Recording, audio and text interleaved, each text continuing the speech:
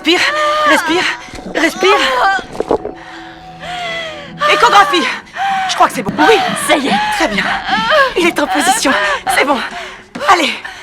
Ce jour-là, Manning était en train de consulter des dossiers médicaux. Soudain, elle a commencé à se sentir mal. Puis, une grande quantité de liquide s'est écoulée. Elle a compris que sa poche des os venait de se rompre. Va voir le docteur Charles, il te donnera des conseils. Je dois y aller, mon bébé va bientôt naître.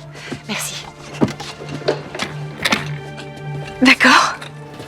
Elle a donc demandé l'aide de la meilleure sage-femme de l'hôpital. Mais après 1 heure de travail, Manning était déjà épuisée. Pourtant, le bébé ne sortait toujours pas. Sa tension continuait également d'augmenter. La chef du service de gynécologie pensait que le bébé était bloqué. Elle a donc conseillé à Manning d'envisager une césarienne. Mais Manning ne voulait pas subir de césarienne. Cependant, plus le temps passait, plus le bébé risquait de manquer d'oxygène. À côté d'elle, une sage-femme n'était pas d'accord avec la décision de la gynécologue. Les 2 femmes avaient des avis opposés. Manning a finalement décidé de laisser la sage-femme essayer. La sage-femme a alors tenté de repositionner doucement la tête du bébé. Mais en regardant l'échographie, elle a constaté que la tête du bébé n'était toujours pas descendue. À ce moment-là, la gynécologue a insisté pour faire une césarienne. Mais la sage-femme pensait qu'il fallait encore essayer. Cette fois, elle a utilisé toutes ses forces. Et finalement, l'échographie a montré que le bébé était enfin dans la bonne position. À bout de force, Manning a rassemblé ses dernières énergies. En suivant le rythme donné par la sage-femme, elle a finalement réussi à mettre son bébé au monde. Mais personne ne s'y attendait. Le cordon ombilical était enroulé autour du cou du bébé. Le bébé ne respirait plus seul.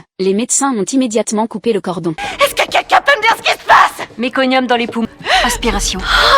Manning était extrêmement inquiète. Les médecins lui ont expliqué que le bébé avait inhalé du méconium. Ils ont immédiatement commencé à aspirer les voies respiratoires du bébé. Manning attendait nerveusement le résultat. Quelques instants plus tard, les cris puissants du nouveau-né ont enfin résonné dans la salle d'accouchement. Tout le monde a alors poussé un soupir de soulagement. Hé, sage. Voici ton fils. Salut. Oui.